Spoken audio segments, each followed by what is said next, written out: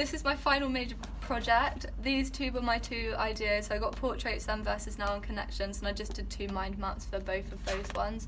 Whilst I was doing it, I decided that Connections was my favourite because I thought of many more ideas. That's just my presentation printout, and then that's just project proposal printout and the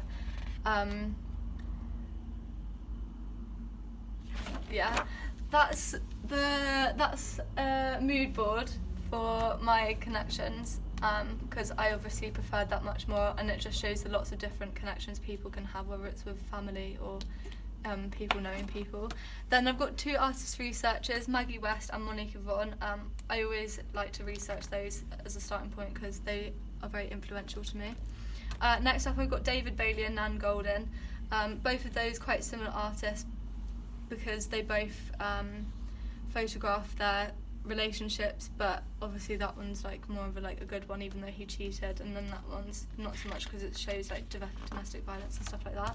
Then I've got 5 different love languages, and I just researched all of them to find out what they are about and found it quite interesting, and just put my opinion on it as well.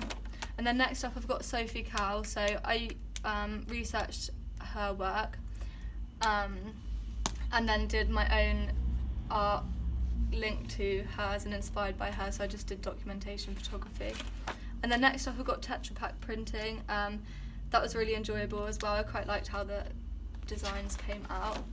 Next up is primary research. I found that interesting as well because some of them were quite surprising, but also some of them I could have predicted the answers to.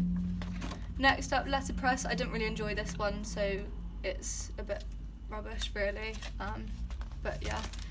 Marcelo Monreal, that was another artist I researched. Their work is really, really interesting. I really like their artwork because I like the bright colours and how he edits them together. And then I just did a bit inspired by his work on that page. Then next I just did mixed media and collage. I just messed around with different paints and acrylic on top of like magazine covers.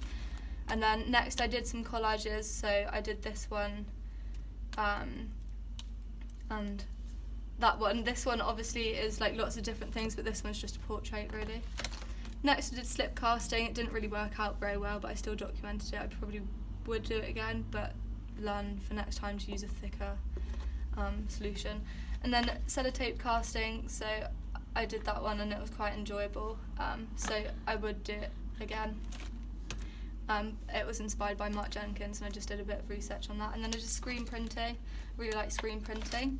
I did lots of different designs on different colours because I like it colourful, and I wrote a bit about what worked and what didn't, and I did positive and negatives. And then next I just did screen printing, but it was on magazine photos, and I thought that was really interesting. I like this one the best because I thought the position was quite good.